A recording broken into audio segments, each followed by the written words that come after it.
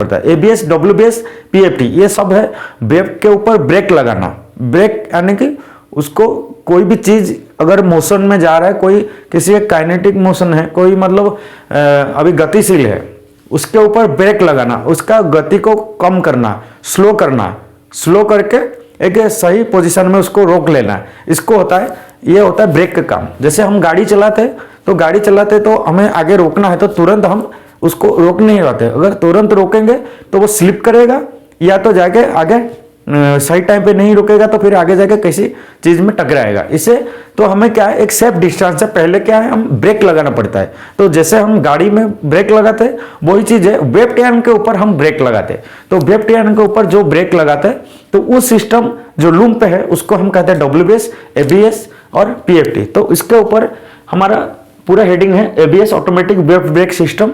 तो ये क्या जरूरत पड़ा, क्यों जरूरत पड़ा?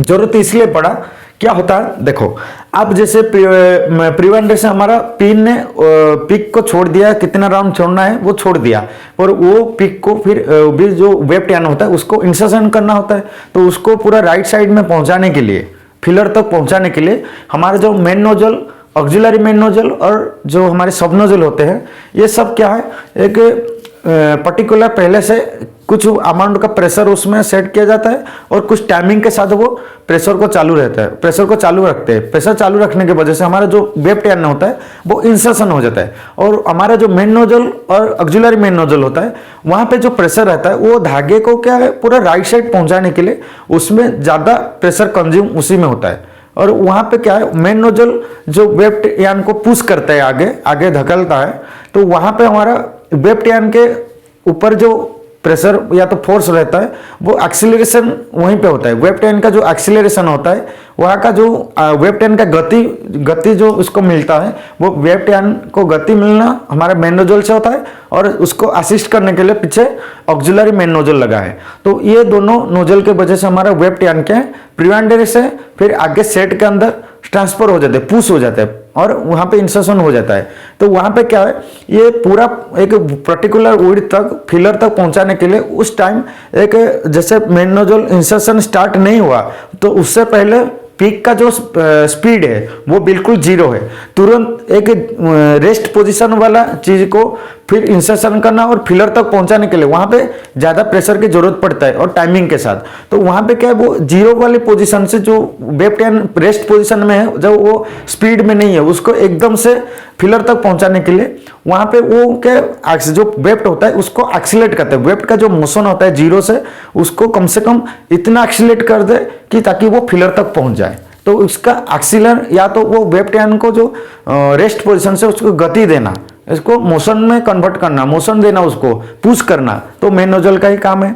तो वहां पे इतना प्रेशर की वजह से उसको फिलर तक वो पहुंचाता है। तो इसके लिए वहां पे क्या है, वो वेब टैन के ऊपर एक एक्सीलरेशन रीजन होता है। तो वो मेन नोजल का जो टाइमिंग है, उस टाइमिंग में हमारा जो वेब टैन होता है उस टाइम उसका जो मोशन होता है, वेब टैन का जो गति होता है वहां पे बढ़ता रहता है। अगर नहीं बढ़ेगा तो फिर आगे हमारा वेब टैन आगे नहीं जाएगा। तो इसलिए मेन नोजल से जो वेब टैन का गति होता है वहां पे बढ़ता है, एक्सीलरेशन होता है वहां पे। फिर बाद में जैसे वेब टैन फिलर तक पहुंच गया तो उसके बाद एकदम से जीरो नहीं होता है। एकदम से जीरो होगा तो फिर वेब लूज हो जाएगा और वहां पे कहीं भी पिक मतलब फंसेगा वहां पे।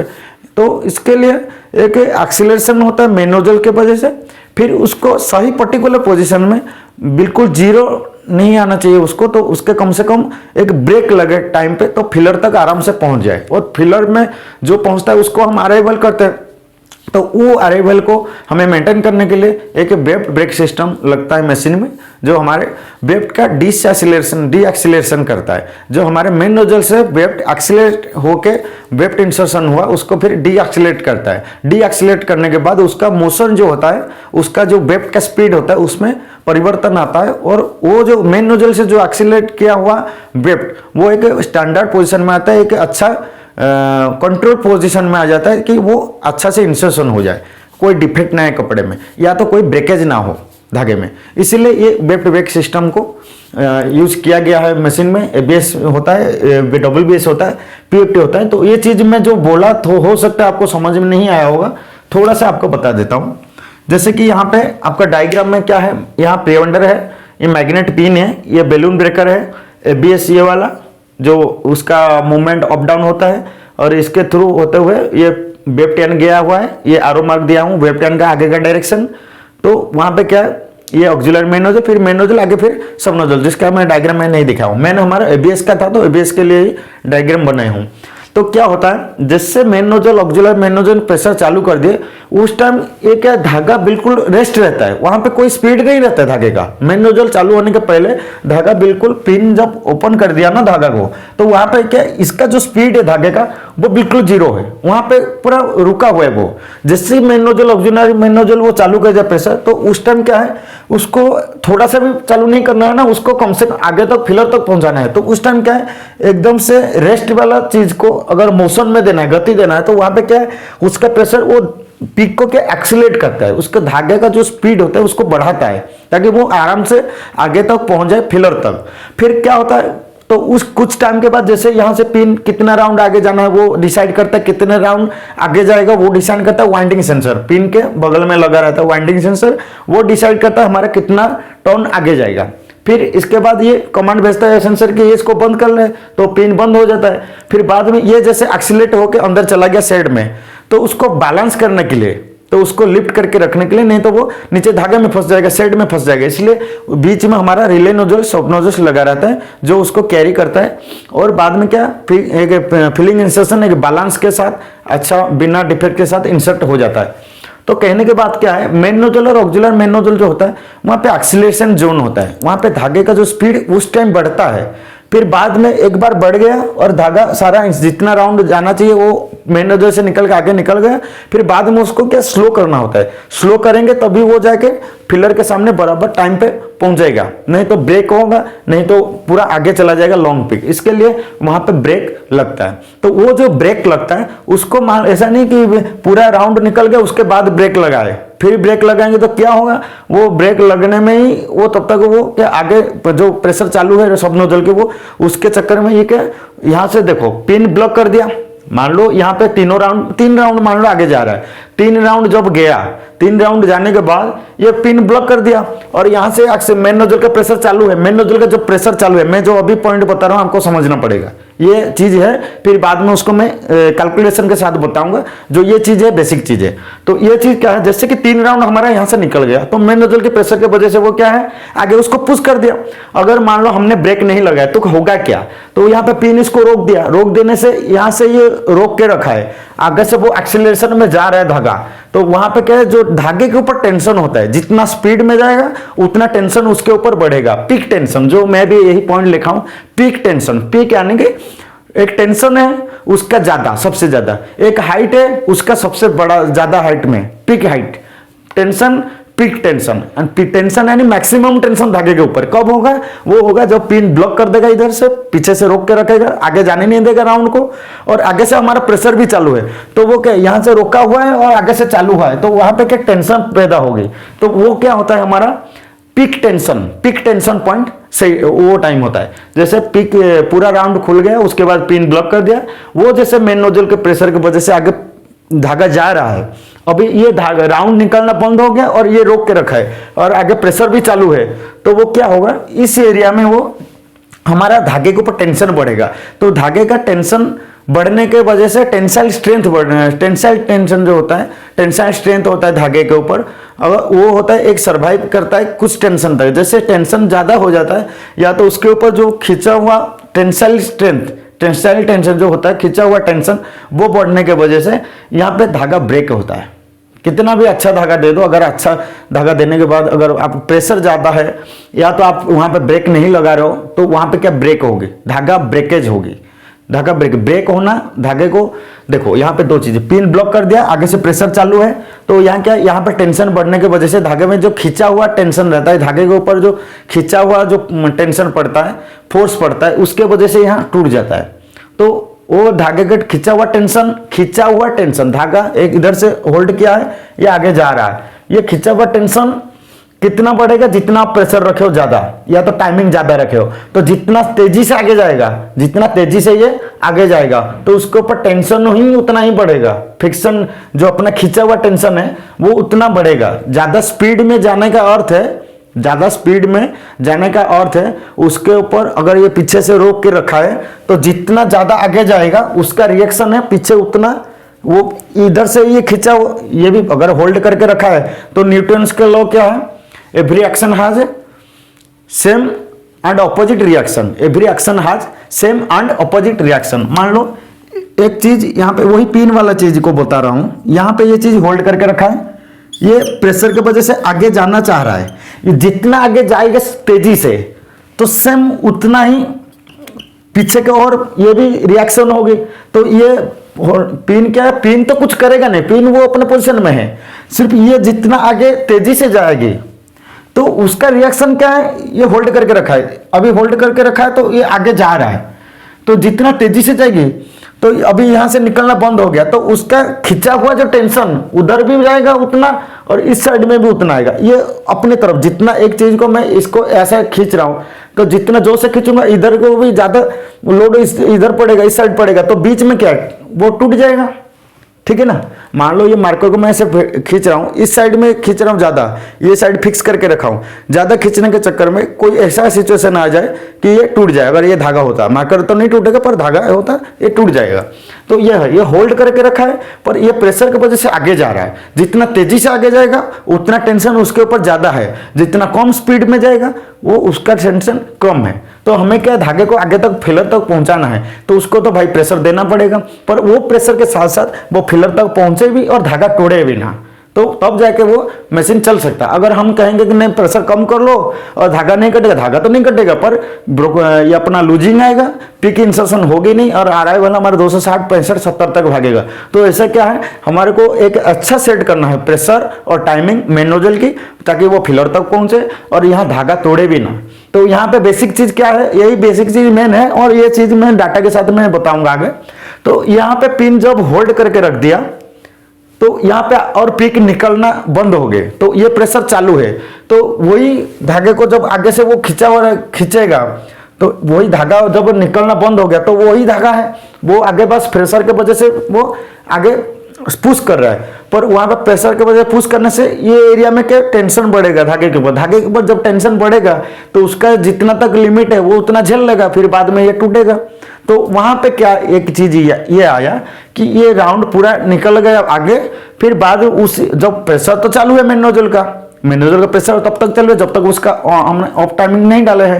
तो वो जब चालू है उस टाइम अगर हम ब्रेक लगा देंगे तो क्या होगा, वेफ्ट तो वो जो प्रेशर के साथ आगे जा रहा है, प्रेशर मेन नोजल दे दिया फिर सब नोजल है वो तो आगे जा रहा है, पर अगर ब्रेक लगा देंगे होगा क्या, तो हमारे जो वेफ्ट जो जा रहा था उसका स्पीड स्लो हो जाएगा। जब स्पीड स्लो हो जाएगा, हम इस चीज को इतना तेजी से खींच रहे हैं, तेजी से जा रहा है यानी कि उसको तेजी से टेंशन ज्यादा है, अगर उसका स्लो कर देंगे तो उसका जो टेंशन कम हो जाएगा। टेंशन कम हो जाएगा उसका अर्थ है यहाँ पे जो खींचा हुआ टेंशन था वो कम होगा, कम होने से इसमें टेंशन कम हो गया यानी कि ये टूटेगा नहीं और साथ में इसका प्रेशर चालू है तो वहां तक वो पहुंच जाएगा। ये है WS का मेन बेसिक फंडा है जो आपको इस वीडियो में बताने का हमारे प्लान था। तो ये चीज मैं ऐसे ही बोला हूं, पर आपको और बढ़िया करने के लिए और क्लैरिटी देने के लिए ये चीज को मैं अच्छा से डाटा के साथ बताऊंगा। तो उसका पहले देख लेते हैं। तो ABS का क्या क्या काम है, to prevent weft breakage at its peak tension point, to prevent weft breakage, to prevent peak yarn breakage, to prevent weft breakage, weft जो है वो टूटना।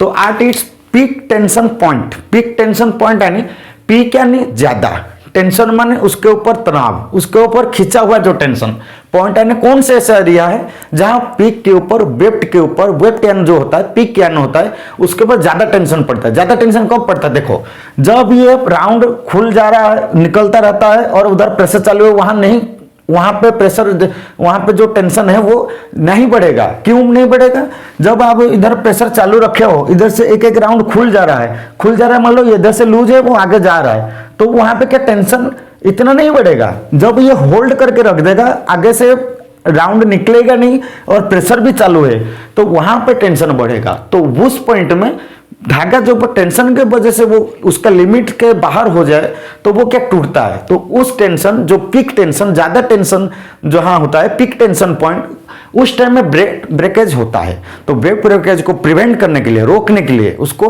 कंट्रोल करने के लिए हमारे पास वेव ब्रेकेज सिस्टम या तो ऑटोमेटिक ब्रेक सिस्टम को यूज किया गया है। तो पीक टेंशन आपको पता लग गया क्या है। पीक टेंशन जो आपको पता लग गया, पीक टेंशन यानी कि धागा जब हमारा इंसर्शन होता है वो ऐसा एक पोजीशन होता है जो हमारे उस धागे के उस पॉइंट में, उस पोजीशन में हमारा ज्यादा टेंशन रहता है पीक के ऊपर, तो वो होता है हमारा पीक टेंशन पॉइंट। तो पीक टेंशन पॉइंट में हमारा वेव ब्रेकेज को कंट्रोल करने के लिए हम एबीएस को यूज करते हैं। ठीक है, तो सेकंड पॉइंट भी एक और पॉइंट आएगा एबीएस में, या तो डब्ल्यूबीएस में क्या काम है। डब्ल्यूबीएस में एक और पॉइंट आएगा।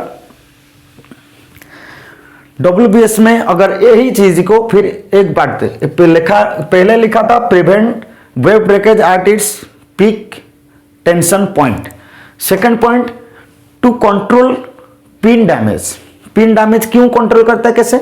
अगर ये ब्रेक नहीं लगेगा, अगर ये रोक दिया, आगे से प्रेशर चालू है तो इसके जो पिन है, पिन के साथ ऐसे ही जाता है ना धागा इससे जाता है, तो प्रिवेंटर है, धागा इस तरह जाता है। तो ये पिन में टच करते करते अगर पिन ये नहीं ब्रेकेज, वेव ब्रेकेज नहीं रहता, वो एबीएस नहीं रहता, तो धागे का टेंशन क्या होगा, बढ़ेगा, क्योंकि वहां पे प्रेशर चालू है, आगे सब नोजल भी चालू है, मेन नोजल भी चालू है, सब नोजल भी चालू है, वो क्या आगे खींचता रहेगा, पुश करेगा, तो उसका जो टेंशन है वो डायरेक्ट पिन के ऊपर आएगा। तो पिन का जो होता है वो डैमेज होने का भी चांस रहता है। तो कहीं हद तक ये एबीएस हमारा मैग्नेट पिन को डैमेज को रोकता है। तो to prevent magnet pin damage we use ABS. To prevent wave breakage at this peak tension point we use ABS. तीसरा पॉइंट क्या है? तीसरा पॉइंट ये है कि हम ABS को क्यों यूज करते हैं, WBS को क्यों यूज करते हैं। अगर बाई चांस हम वेव ट्रेन ट्रैवल कर रहा होता है, अगर उस टाइम इधर से ब्रेक लगाते हैं तो ये पीक जो होता है उसको इस तरफ भी टेंशन देता है और प्रेशर उस तरफ भी टेंशन देता है। तो जो पीक हमारा इंसर्शन हुआ है, कपड़े में बीटिंग होने के लिए तैयार है, वो एक परफेक्ट टेंशन के साथ रहेगा। तो धागा लेफ्ट साइड सेल्वेज से राइट साइड सेल्वेज में कहीं ऐसा पॉइंट ना हो कि वो उसमें लूजनेस आए। तो इसलिए ये इधर से लेफ्ट साइड से पकड़ के रखता है, उधर से आगे सब नोजल भी चालू है। तो क्या है, ये लेफ्ट साइड में अगर कहीं लाइनिंग आता है, कहीं लूजिंग आता है, तो एबीएस का ये एक पॉइंट रहता है। तो control web lining, web losing in fabric, या तो control fabric defects 1 point. Second point to control web breakage at its peak tension point, to control pin damage. ठीक है, तो ये 3 पॉइंट होता है हमारा एबीएस डब्ल्यूबीएस का यूज करने का। तो फिर अब मैं बताने क्या जा रहा हूं, अभी मेरा मेन पर्पज है, जो चीज बताया उसको थोड़ा सा मैं डाटा के साथ बताऊंगा। जब डाटा के साथ बताऊंगा मेरे को लग रहा है आपका जो ये डाउट है वो क्लियर हो जाएगा। एक डाटा है हमारे पास, इसके तरह ये जो डाटा मैं लिखूंगा ये बहुत इंपॉर्टेंट है। तो ये डाटा के ऊपर हमारा बहुत टाइमिंग का निर्भर करता है। तो टीओ आपको पता है, टाइम ऑफ ओरिजिन मान लो 70 डिग्री है, टी डब्ल्यू मान लो 250 डिग्री है।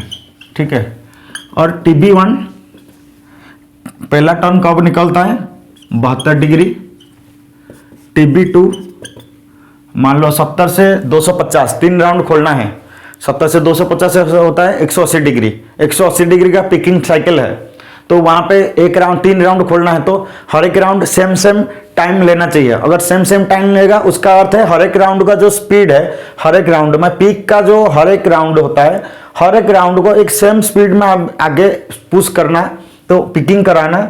तो उसके लिए अभी 180 का 70 से 250 का टाइमिंग कितना होता है, 70 से चालू हुआ 250 में पहुंचा, तो 180 डिग्री ये टाइम ले लिया पीक को फ्लो तक पहुंचने में। तो उसमें 3 राउंड लगता है, तो उसको 3 में भाग करना है, या तो 4 राउंड लेना लगता है तो 4 राउंड उसमें भाग करना है। तो 3 राउंड हमारा अगर लग रहा है एक पिक के लिए, छोड़ रहा है, या तो 3 राउंड होता है एक पिक के लिए, पिक लेंथ के लिए, तो 180 डिग्री लगता है पूरा एक पिक इंसर्शन के लिए। तो एक राउंड के लिए कितना लगेगा, पर राउंड का 60 डिग्री होता है। पहला राउंड निकल गया 72 में, दूसरा राउंड निकलेगा 132 में, तीसरा राउंड होगा कितने में 60 ये कर लो 192 डिग्री, ये 60 का गैप, ये भी 60 का गैप। फिर TBW जो है वो कितना होगा 250 दिखा रहा है, पर ये 234 डिग्री कभी आता है, 240 भी आता है, कभी 225 भी आता है। TBW क्या होता है देखो, ये हो गया पीक इंसर्शन कब चालू, ये कब एंड होता है, पीक अराइवल। पहला जो 72 डिग्री होता है वो पहला राउंड कब निकला, फिर पहला राउंड निकलते निकलते फिर पिन पोजीशन में आके फिर दूसरा राउंड कब निकला, फिर तीसरा राउंड कब निकला। तो पहला राउंड 72 डिग्री में निकल गया, और ये पूरा 132 में देखो ये बता रहा हूं। अभी मान लो ये पिन है, ये निकला, यहां से निकलना स्टार्ट हुआ, ये हो गया 72 डिग्री पहला राउंड का। 72 में निकला, निकलते निकलते वहां पहुंचा, यानी कि ये कंप्लीट हुआ, तब निकलेगा ना 132 डिग्री। तो 132 में ये हुआ, तो 72 से ये निकल गया पहला राउंड, फिर ऐसे घूमते घूमते घूमते घूमते वहां पहुंचेगा, फिर दूसरा राउंड यहीं से गिनते होगा। तो दूसरा राउंड जब हुआ कितना 132, तो 72 से 132 का कितना गैप हुआ 60 डिग्री। फिर इस तरह 132 से ये ऐसे निकलते निकलते वहां पहुंचेगा, फिर तीसरा राउंड चालू होगा कितना 192, तो वो हो गया 132 से 192 60 डिग्री। फिर ये 192 निकला, फिर निकलते निकलते वहां पहुंचा, वो हो जाता है अपना 252 होना चाहिए, जो हमारा 200 अपने अराइवल के हिसाब से। तो TBW पहले TBW यही होता है, पिन कब ब्लॉक करता है वेबकैम को, तो वहां पे ये भी 60 डिग्री का होता है। तो हमारे 60 डिग्री का हर एक राउंड, मतलब अगर सेम स्पीड में जा रहा है, धागा में कहीं स्पीड में वेरिएशन नहीं हुआ है, तो ये 60 डिग्री बताते हैं कि स्टैंडर्ड कैलकुलेशन। अगर लूम पे देखोगे तो ये बराबर स्पीड में जा रहा है, ये भी बराबर स्पीड में जा रहा है, पर लास्ट वाला जो होता है वो होता है कभी 60 डिग्री जगह 50 डिग्री, 52 डिग्री, 54 डिग्री का वो टाइम लेता है, या तो थोड़ा और भी लेट हो सकता है कि ये 60 में निकल गया और लास्ट का भी वो लेट होता है।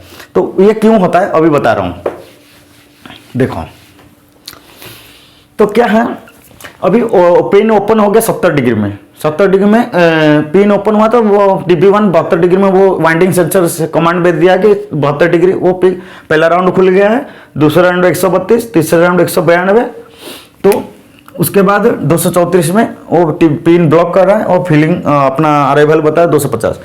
तो यहाँ क्या है देखो, 72 डिग्री एक पीक का टुकड़े टुकड़े में समझना पड़ेगा। एक पीक लेंथ है, मान लो अभी मान लो वही चीज को मैं थोड़ा सा यहाँ जगह नहीं है मेरे को, यहाँ बता रहा हूं। मान लो यहां से एक पीक चालू हुआ,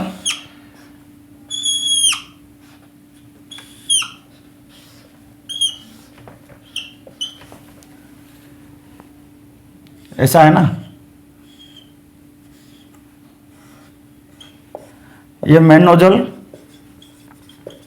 देखो आप भले टाइम ज़्यादा लग रहा है, पर आपको वीडियो देखना पड़ेगा, जब पूरा देखोगे तो समझ में आएगा। तो ये हो गया मेन नोजल। अभी जो चीज़ बता रहा हूँ वही चीज़ पहले जो बात कर रहा था, अभी डाटा के साथ बता रहा हूँ। एक बार देख लोगे तो आपको मेरे हिसाब से जहाँ तक लग रहा है कंफ्यूज नहीं रहेगा। आप जितना प्रैक्टिस करोगे फिर इस चीज़ में उतना मजा आएगा। तो यहाँ पे मेन नोजल है, तो हमारे एक पीक लेंथ है कि प्री अंडर जो मेजरिंग ड्रम होता है उसका डाया सेट करते हैं ना अपन, तो उसका एक पीक लेंथ के हिसाब से एक पीक के लिए 3 राउंड छोड़ना है, तो उसका डाया कितना रहेगा, 4 राउंड छोड़ना है तो कितना डाया रहेगा, उसी हिसाब सेट करते हैं। अभी हमारे पास 3 राउंड छोड़ने के लिए यहाँ पे सेटिंग है, मान लेते हैं पहला जो गया 72 में, तीसरा गया 132 में, 192 में। मैं स्टैंडर्ड के साथ बता रहा हूँ, बाकी उसमें 2-4 डिग्री 5 डिग्री प्लस माइनस होता रहता है रनिंग मशीन में। तो पहला राउंड अभी मान लो एक पीक लेंथ 3 राउंड खोलता है, तो 3 राउंड, तो हर एक राउंड का जो हिस्सा होगा तो 3 लेंथ होता है, 3 राउंड होता है एक पीक लेंथ। तो यहां से ए से लेके ये बी तक होता है, यहाँ आगे भी थोड़ा रहता है, तो बी तक मान लो मोटा मोटी यहाँ तक ये होता है, मान लो यहीं पकड़ लेते हैं इसको। ये यहाँ एक ए से लेके बी होता है फुल पिक। वो फुल पिक को भी टुकड़े टुकड़े में समझेंगे। ए से लेके बी होता है फुल पिक। जब उसको 3 राउंड छोड़ना है एक पिक के लिए, तो हर एक राउंड का जो लंबाई होगा, यहां से यहां मान लो पहला राउंड का लंबाई ये फर्स्ट, सेकेंड राउंड का लंबाई ये, और तीसरा राउंड का जो लंबाई है ये। तो 3 राउंड मिलके ही एक पीक होता है। तो हर एक राउंड अगर बढ़िया से हम ड्रम डाया सेट किए हैं तो हर एक राउंड एक बराबर मतलब डिस्टेंस में होंगे। तो हर एक राउंड कितना होगा, पूरा पीक का 3 हिस्सों में से एक हिस्सा होगा एक राउंड, क्योंकि 3 भाग कर दिए हैं, एक पीक को हम 3 भाग कर दिए हैं, क्योंकि 3 राउंड होता है एक पीक। तो एक राउंड क्या होगा, पूरे पीक का 3 भागों में से एक भाग। तो ये ए से मान लो लिख लेते हैं, ए से बी फर्स्ट राउंड, बी से सी सेकेंड राउंड, सी से डी होता है थर्ड राउंड। तो यहां से इसका दूरी, यहां से उसका दूरी, यहां से उसका दूरी भी बराबर है, ठीक। तो करना क्या है, 72 डिग्री में ये चालू हो गया, यहां 100, फिर पहला राउंड निकला, पहला राउंड जब निकला धीरे धीरे धीरे धीरे आगे जाके फिर पिन पोजीशन में आएगा, तो वहां पे पिन मतलब पहला राउंड कंप्लीट हो गए, पहला राउंड कंप्लीट होगा उसके बाद ही स्टार्ट होगा सेकेंड राउंड।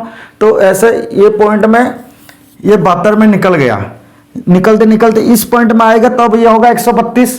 तो 132 में ये पहला राउंड कंप्लीट हो गया, ठीक है, पहला राउंड कंप्लीट हो गया, पहला राउंड कंप्लीट होगा तब जाकर सेकंड राउंड 132 में स्टार्ट करेगा ना। तो 172 में जब पिक स्टार्ट हो गया तो 132 डिग्री पोजीशन में पहला राउंड का एंड टाइम और वही होता है फिर सेकेंड राउंड का स्टार्ट टाइम। तो पहला राउंड का एंड टाइम 132 और एंड जहां हुआ उसी पे फिर शुरू हो गया सेकेंड राउंड। तो 172 में इस पोजीशन में पिक था, 132 में अगर एक राउंड खुल गया, एक राउंड खुल गया यानी कि एक राउंड का जो डिस्टेंस है वो आगे निकल गया है। तो ये होता है 132 डिग्री वाला पोजीशन। मतलब ये वाला पॉइंट जब इंसर्शन होता है, बढ़िया से देखिए, पहला राउंड जब खुल गया तो पहला राउंड का जो लंबाई है वो कहां जाएगा, सेट के अंदर ही जाएगा ना। तो 72 डिग्री में यहां खुला तो 132 डिग्री में पहला राउंड बंद क्लोज, पहला राउंड कंप्लीट हो जाता है। तो पहला राउंड का डिस्टेंस इतना, यानी पहला राउंड जब धागा यहां था, पहला राउंड कंप्लीट हो जाता है 132, यानी कि 132 में धागा यहां पहुंचता है। फिर 192 में ये क्लोज, दूसरा राउंड जो 132 में चालू हुआ, फिर तीसरा राउंड चालू होता है 192 में। तो पहला राउंड का जो लंबाई है, जो डिस्टेंस है, वो जब कंप्लीट हो जाता है, कितने में कंप्लीट हो जाता है, 132 में। फिर 132 में कंप्लीट होने के बाद सेकेंड राउंड भी चालू होता है। तो 132 में जब कंप्लीट हुआ तो 132 डिग्री लूम आने में, पीक 132 डिग्री लूम आने में वो पीक कहां तक होगा, यहां तक होगा। फिर दूसरा राउंड कंप्लीट कब होता है, 192 में कंप्लीट होता है और तीसरा राउंड 192 में चालू हो जाता है। तो सेकंड राउंड जब 192 डिग्री में कंप्लीट हो जाता है तो सेकंड राउंड 192 डिग्री में कंप्लीट होता है। उसका मतलब है तो 192 में पिक कहां होगा, यहां होगा, क्योंकि पहला राउंड का यह इतना डिस्टेंस, सेकेंड राउंड का इतना डिस्टेंस यहां पे होगा। फिर 192 के बाद तीसरे राउंड जो होता है, तो अरेबल जो पोजीशन होता है 240, 45, 50 जो भी है, वो जब तीसरे राउंड कंप्लीट होना है, यानी तीसरे राउंड कंप्लीट होने का अर्थ है कि वो पूरा एक पिक के जो लंबाई है वो पहुंच जा रहा है, यानी कि यहां तक ये 245, 50 ये जो वैल्यू है उस पॉइंट में ये अरेबल बताता है। तो अभी हर एक जो अपना रिलीज पोजीशन सिग्नल होता है, हर एक जो अपना पीक पीरियड के हर एक टर्न का पहला राउंड कंप्लीट होता है तो यहां तक आता है, सेकंड राउंड कंप्लीट होता था यहां तक, तीसरा राउंड कंप्लीट होता था वहां तक। तो हमारे अब इसके साथ डब्ल्यूबीएस का एबीएस का क्या लेन देन, एबीएस का क्या लेन देन, देखिए एबीएस का क्या लेन देन है। देखो अभी मान लो पीक तो मेन नोजल स्टार्ट कर दिया, नोजल स्टार्ट कर दिया तो हमारे को पीक वहां तक फेंक दिया, उसके बाद ये बैलेंस करके रखता है। अभी मान लो 2 राउंड, अभी मेन नोजल का टाइमिंग मान लो 180 डिग्री अपने स्टार्ट करके रखे, ऑफ टाइमिंग मेन नोजल का 180 डिग्री या तो 190 डिग्री या तो 160 डिग्री। इसमें क्या क्या क्या है, ये सब क्या क्या है, 180 क्या है, 190 क्या है, 180 60 क्या है। अगर 180 डिग्री तक प्रेशर चालू रखते हैं मेन नोजल को तो उसका असर क्या कहां कहां पड़ता है। 180 डिग्री यानी कि हमारा 132 192 के बीच में आ जाता है 180 यहां। तो हमारे सेकेंड राउंड जब निकल रहा होता है हम उस टाइम मेन नोजल को बंद करते हैं। ये बात सेकेंड पॉइंट क्या है, 190 डिग्री में अगर टाइमिंग 190 डिग्री तक रखते हैं, 190 डिग्री क्लोज टाइम रखते हैं मेन नोजल का, तो 192 में होता है या तो 90 मान लो, तीसरे राउंड चालू होता है, यानी तीसरे राउंड खुलने के पहले ही हम मेन नोजल को बंद करते हैं। 160 का अर्थ क्या है, 160 का अर्थ है 132 और 92 के बीचों वाला, यानी कि सेकेंड राउंड जब खोल रहा होता है उसका सेकेंड राउंड आधा खुला होगा, तो उस टाइम हम क्या होता है मैनुअल को ऑफ टाइमिंग को बंद कर देते हैं। तो अब ये सब समझ में आएगा, ये टुकड़े टुकड़े में बांट दिया। अब इसके साथ इसका 180 में बंद हो रहा है, मतलब यहां तक पीक पहुंचा है, 180 डिग्री वाला पोजीशन ये है, यहां तक पीक पहुंचा है, हम मेन नोजल को बंद कर दिए। 190 डिग्री का मतलब है यहां तक 2 राउंड कंप्लीट छोड़ दिया है, तीसरे राउंड खोलना चालू स्टार्ट होने वाला है और उस टाइम हम बंद कर दे रहे हैं। यानी कि 190 का अर्थ है मेन नोजल का जो टाइमिंग हमने दिया है फर्स्ट राउंड और सेकंड राउंड को प्रिवेंडर से टंडेम से आगे पुश करने के लिए, आगे निकल के आगे भेज देने के लिए हम मेन नोजल का जो प्रेशर है उसको यूज करते हैं, 190 डिग्री तक चालू रखते हैं। पर उसके बाद मेन नोजल बंद हो जाता है ना, फिर सब नोजल से वो जो 190 में बंद हो गया तो बाकी ये वाला टुकड़ा कैसे जाएगा, जो लास्ट वाला हिस्सा होता है, लास्ट राउंड होता है, वो जाएगा कैसे, सब नोजल के प्रेशर के हिसाब से वो आगे चला जाएगा। अगर 160 डिग्री में बंद करते हैं, 160 डिग्री में बंद करने का अर्थ क्या है, ये सब मेन नोजल टाइम, तो 132 और 92 तो बीच वाला होता है 132 92 कितना 60, 130 30 कर दे 60, 160, ये बीचों बीच वाला पोजीशन होता है 160। तो 160 में पोजीशन बंद करते हैं तो उसका अर्थ है धागे का इतना तक हिस्से को हम भेज दिए मेन नोजल के प्रेशर के माध्यम से। फिर बाकी जो बच गया तीसरा राउंड और ये सेकेंड राउंड का थोड़ा सा, ये जो पीक का जो हिस्सा होता है वो जाएगा सब नोजल के प्रेशर के हिसाब से। तो इसके ऊपर इसका क्या असर है, अब देखिए। अब क्या बताया था, जैसे कि 192 में तीसरे राउंड खुल रहा है, TB3 हमारा 192 में तीसरे राउंड अभी खुल रहा है, तो फिर वो खुलने के बाद और पीके है ही नहीं कि वो और राउंड खुलेगा, क्योंकि 3 राउंड, पहला राउंड 72 में गया, सेकंड राउंड गया 132 में, तीसरे राउंड गया 192 में, फिर पिन क्लोज होता है 234 225 238 232 240 इतने में पिन भी क्लोज हो जाता है। तो तीसरे राउंड के बाद हमारा पिन क्लोज होना चालू हो जाता है। तीसरे राउंड छोड़ दिया तो उसके बाद वाइंडिंग सेंसर भेज देगा, अरे भाई 3 राउंड तो हो गया, अभी पिन बंद कर भाई। तो उसके बाद क्या पिन उसको बंद करना चाहेगा, तो पिन जब बंद करेगा तो 192 के बाद तीसरा राउंड खुल जाने के बाद पिन हमारा बंद करने का जो प्रक्रिया होता है वो चालू हो जाता है। तो पिन बंद होता है 235 30 25 228 इस डिग्री में वो बंद होता है, वो होता है TBW। तो हमारे जो तीसरा राउंड खोल जाने के बाद अगर हमने प्रेशर को और चालू रखे तो उसके बाद क्या प्रेशर, वो अभी बता रहा था ना कि यहाँ पे थोड़े टाइम पहले क्या बता रहा था, अभी यहाँ पे देखिए जैसे कि मैग्नेट पिन यहाँ पे होल्ड कर रखा है, प्रिवेंडर धागे को होल्ड करके रखा है, फिर आगे ये बैलून ब्रेकर लगा था, फिर आगे मेन नोजल से ये होके ही जा रहा था। अभी मान लो यहाँ पे तीसरे राउंड खुल गया, तीसरे राउंड खोलने के बाद क्या पिन उसको होल्ड करके रखेगा, पकड़ के रखेगा, तो आगे और ट्रॉन निकलेगा नहीं। अगर प्रेशर चालू रहेगा तो यहाँ पीछे से पकड़ के रखा और उधर से अपना प्रेशर चालू है, तो वहां पे बीच में टेंशन बढ़ जाएगा, जो पिक टेंशन होता है वहां पे ब्रेक होगा। तो ये बढ़िया है कि हम पिन क्लोज होने के पहले ही उसको ब्रेक लगाया जाए, ठीक है। पिन क्लोज होने के पहले धागे का ब्रेक लगाया जाए। धागे का अगर स्पीड कम कर देंगे, जो हमारे होता है धागे का टेंशन कम होगा, धागा टेंशन कम होने की वजह से यहाँ ब्रेकेज नहीं होगी, धागा नहीं टूटेगा। तो यही है, धागा इसलिए नहीं टूटेगा कि उसका जो स्पीड है वो स्लो हो जाएगी ब्रेक लगाने की वजह से। तो यहाँ पे पिन ब्लॉक करने के पहले ही उसको बंद करते हैं। तीसरे मतलब मोटा मोटी तीसरे राउंड तक हमने मेन नोजल का प्रेशर चालू रखते हैं और दूसरे राउंड मतलब 2 राउंड, 1 राउंड ये हाफ 1.5 राउंड या तो 2 राउंड खुल गया, तीसरे राउंड को सिर्फ सब नोजल के प्रेशर के द्वारा आगे भेजते हैं और बाकी पहला का जो 2 राउंड में मेन नोजल के वजह से हमें आगे उसको एक्सीलरेट करते हैं, ठीक है। एक टाइमिंग के साथ उससे एक्सीलरेशन करना हो गया है। अब जैसे ये हो गया मेन नोजल टाइमिंग के साथ हमारा पीक का जो पोजीशन, पीक कौन से टाइमिंग में मेन नोजल को ऑफ करना है, कौन से टाइमिंग में मेन नोजल को चालू रखना है। तो अब क्या है, जो ABS लगता है, ABS क्या करता है, हमारे मेन नोजल प्रेशर यहाँ भी चालू है, ये राउंड भेजने के लिए आगे, ये राउंड भी आगे पुश करने के लिए मेन नोजल प्रेशर चालू है। ये क्या एक्सीलरेट जोन, इस एरिया में धागा क्या होता है हमारा एक्सीलरेट होता है, एक्सीलरेट होकर वहां तक पहुंचता है। तो ये एक्सीलरेशन हो गया। अब इसके बाद क्या है, 190-92 डिग्री जो है, ये पॉइंट के बाद फिर पिन जब क्लोज होगा तो उसके बाद क्या इधर से पकड़ के रखेगा अगर प्रेशर चालू है। तो ये रीजन होता है हमारा पीक टेंशन पॉइंट ये रीजन होता है, इस पॉइंट में ब्रेकेज ज्यादा होता है। तो वेप्ड ब्रेकेज इस पॉइंट में होता है, लेकिन उसका असर पड़ता है पीछे, उस यहाँ पे ब्रेकेज होता है, वो आगे चला जाता है धागा, और उसका जो देखने को मिलता है हमें पीक जैसे ऐसे यहाँ से टूट गया तो वो प्रेशर के साथ है, तो ये पीछे बैक करेगा, वो आगे निकल जाएगा, तो वो लगेगा कि हमारा यहाँ ब्रेकेज हुआ है, पर ब्रेकेज हुआ है उधर।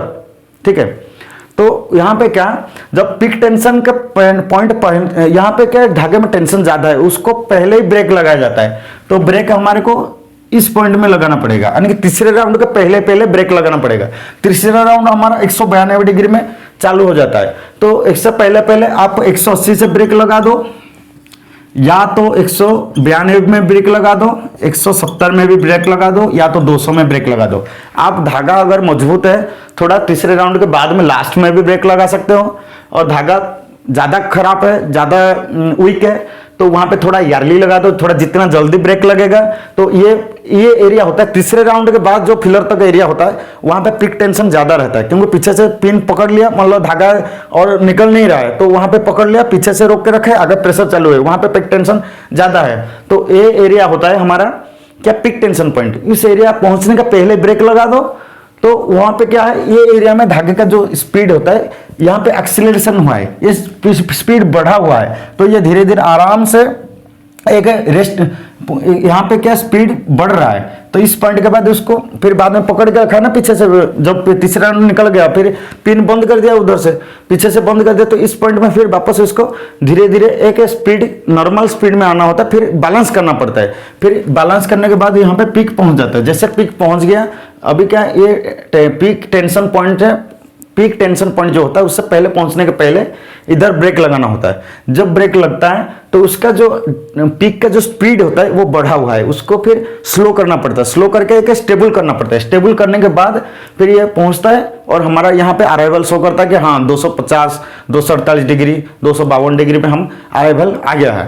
ठीक है, अगर यहाँ पे WBS नहीं रहेगा तो उसके स्पीड जो बढ़ा हुआ है उसके वजह से ये क्या है, तोड़ के आगे ले जाएगा। तो हमारे क्या है, यहाँ पे अराइवल कई बार हो सकता है, अगर धागा नहीं टूटा तो अराइवल 240 के 45 के जगह 220 बताएगा, या तो तोड़ेगा तो फिर वो तो आगे निकल जाएगा, फिलर टू मारेगा। तो ये होता है ABS का, जो हमारे TW कंट्रोल करने के लिए ABS पीक टेंशन पॉइंट पहुंचने के पहले उसको ब्रेक लगाया जाए, ताकि वो यहाँ पे अगर इस टाइम में ब्रेक नहीं लगेगा तो इसका जो स्पीड है, स्पीड की वजह से ये स्पीड में बढ़ रहा है आगे, तो वहाँ पीछे से पिन ब्लॉक करके रखा है, तो वहां पे ब्रेक होगा। इसलिए हमारा ABS जो होता है, WBS होता है, वो पीक टेंशन पॉइंट में धागे के ऊपर जो धागे का स्पीड होता है, एक्सीलरेशन जो होता है उसको डी एक्सीलरेशन करता है, यानी कि उसका स्पीड को कंट्रोल करता है, और वहां पे अराइवल शो करता है बढ़िया। ठीक है, नहीं तो यहाँ पे ब्रेकेज होगा। ठीक है, यही था हमारे कुछ ABS के रिलेटेड पॉइंट। तो इसके आधार पर बनेगा तीसरा राउंड हमारा कब जा रहा है, तीसरा राउंड हमारा कब जा रहा है, क्योंकि तीसरा राउंड जब खुलना चालू हो जाएगा उसके बाद पिन ब्लॉक करेगा, तो पिन ब्लॉक करेगा, पीछे से आगे से प्रेशर चालू है, तो क्या होगा, वहां पे पीक तोड़ेगा। इससे बढ़िया तीसरा राउंड जब चालू होता है उसी टाइम प्रेशर ब्रेक लगा दो, या तो थोड़ा सा पहले लगा दो अगर धागा खराब है तो। 192 में आपका जा रहा है, निकल रहा है, तीसरे राउंड का रिलीज सिग्नल, रिलीज पॉइंट तीसरे राउंड का कितना, 192 डिग्री, या तो 190 95 में लगा दो। अगर धागा अच्छा है तो 205 210 तक भी जा सकते हो, अगर धागा वीक है तो 190 के पहले भी जा सकते हो, 180 150 182 डिग्री भी कर सकते हो। और जैसे कि 190 92 में हमने ब्रेक ऑन कर दिया, 190 में ब्रेक अपना ऑन कर दिया ब्रेक का और ABS का, तो वो क्या ब्रेक लगना चालू हो गया धागे के ऊपर, धागे को लिफ्ट करके रखेगा। फिर 240 में एक बार जब इंसर्शन पूरा हो जाता है, जब इंसर्शन पूरा हो जाता है 245 पे पूरा हुआ, तो आप 245 डिग्री 250 डिग्री तक उसका क्लोज टाइम, उसके बाद फिर ब्रेक लगने का जरूरत नहीं। एक बार पूरा हो गया इंसर्शन तो उसके बाद कोई एक्सीलरेशन नहीं, कोई डी एक्सीलरेशन नहीं, उसके बाद उसको बस स्टेबल करके रखना है। जैसे ये ब्रेक लग गया, पीक वहां पे ब्रेकेज नहीं हुआ, और ब्रेक लगने की वजह से उसके बाद अराइवल हो गया 245 50 डिग्री, तो उस टाइम हमने 245 50 52 पीक जैसे पहुंच जाता है उसके बाद ब्रेक लगने का जरूरत नहीं मेरे ख्याल में। या तो 5 डिग्री प्लस रखो, पीक अराइवल के 5 डिग्री प्लस रखोगे तो क्या है, धागा स्टेबल हो जाता है, बैलेंस हो जाता है, पीक मतलब वहां पे पहुंच गया। फिर उसके बाद क्या होता है, सिर्फ सब नोजल का जो लास्ट वाला सब नोजल 3-4 होता है वो क्या प्रेशर चालू रहता है, इसलिए कि वो कहीं लूजिंग ना आए, और पीक को बीटिंग होने के पहले तक का मतलब 0 डिग्री में बेटिंग हुआ, 250 में अपना पिक पहुंच गया, फिर सेट क्लोज हो गया कब 300, 310, 320।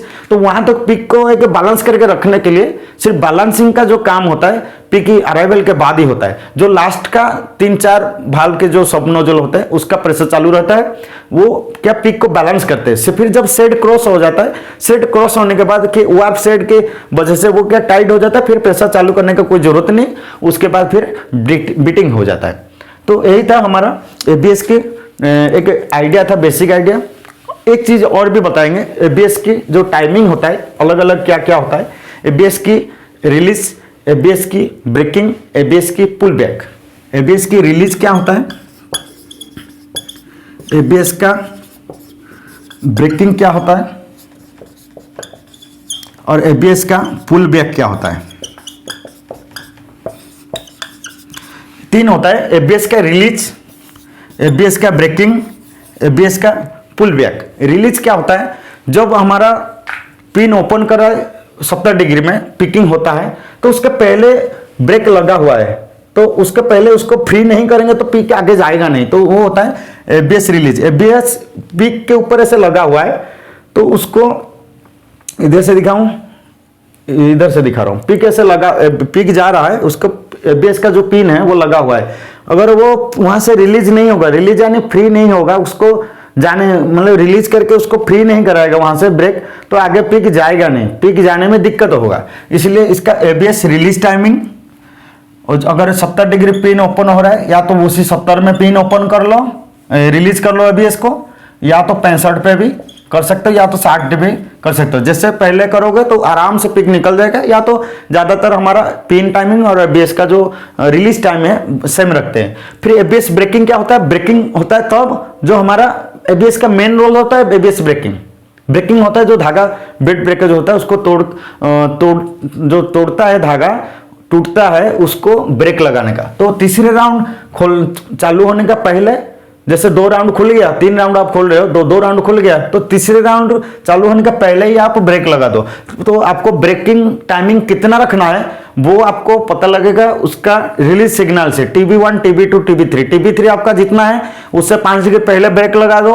अगर धागा अच्छा है तो आपको थोड़ा सा लेट लगा सकते हो, तो लेट लगाओगे तो प्रेशर आपका थोड़ा कंज्यूम कम होगी, और पहले लगाओगे अगर वीक यार नहीं, इसलिए हम फिर पहले लगाना पड़ता है। जैसे 190 डिग्री में आप तीसरे राउंड चालू हो रहा है TB3, तो 180 में लगाओगे।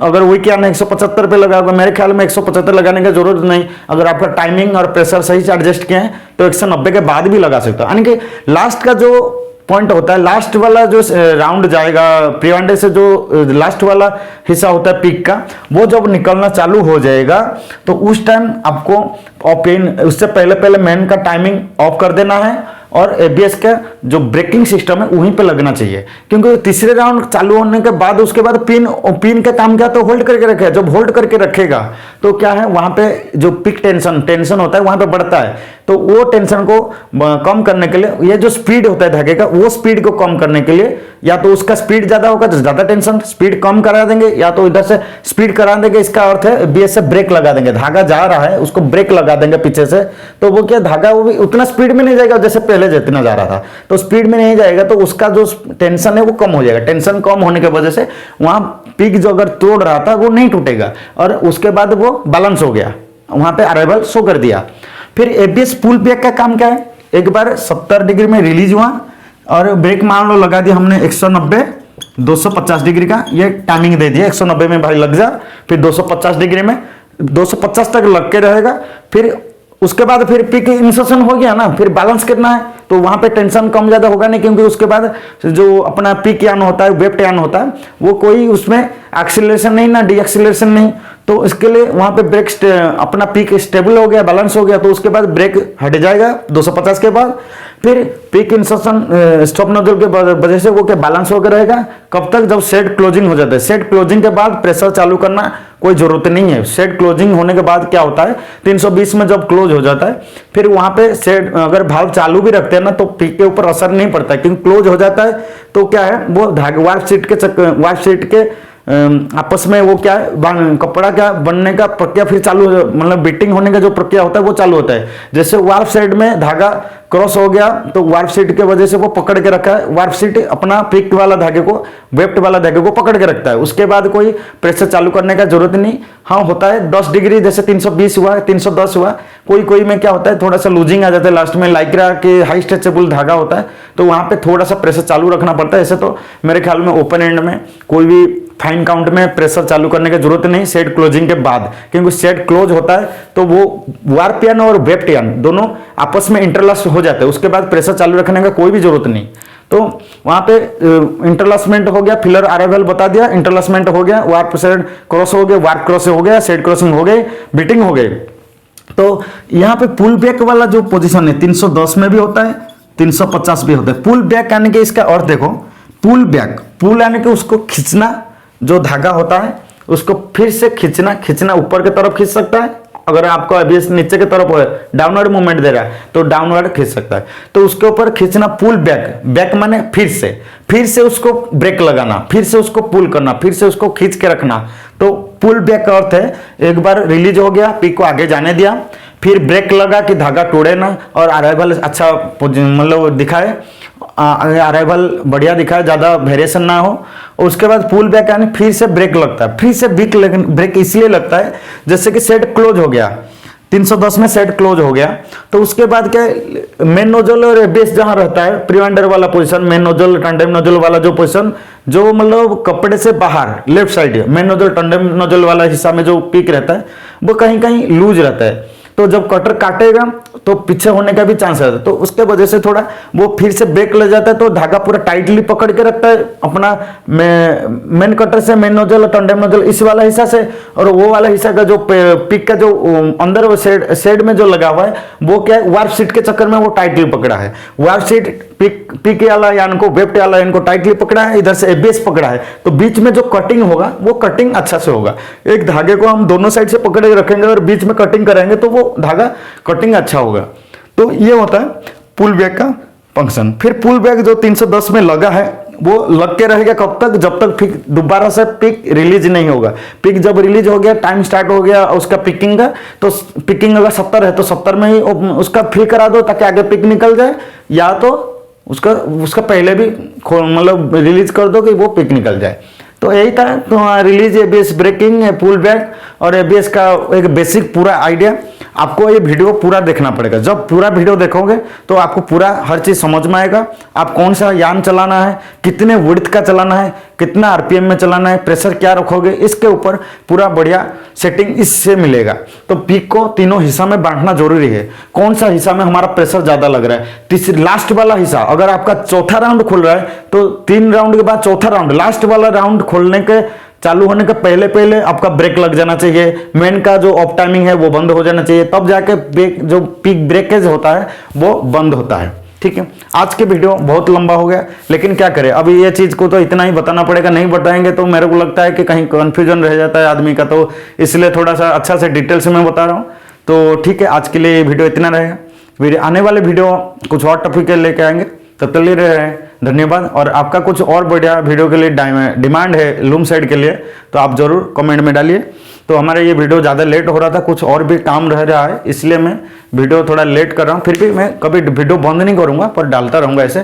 तो अगले वीडियो के लिए भी आप वेट करिए, फिर भी 1-2 दिन में आके दूसरा वीडियो लेके आएंगे। तब तक के लिए रह रहे, धन्यवाद।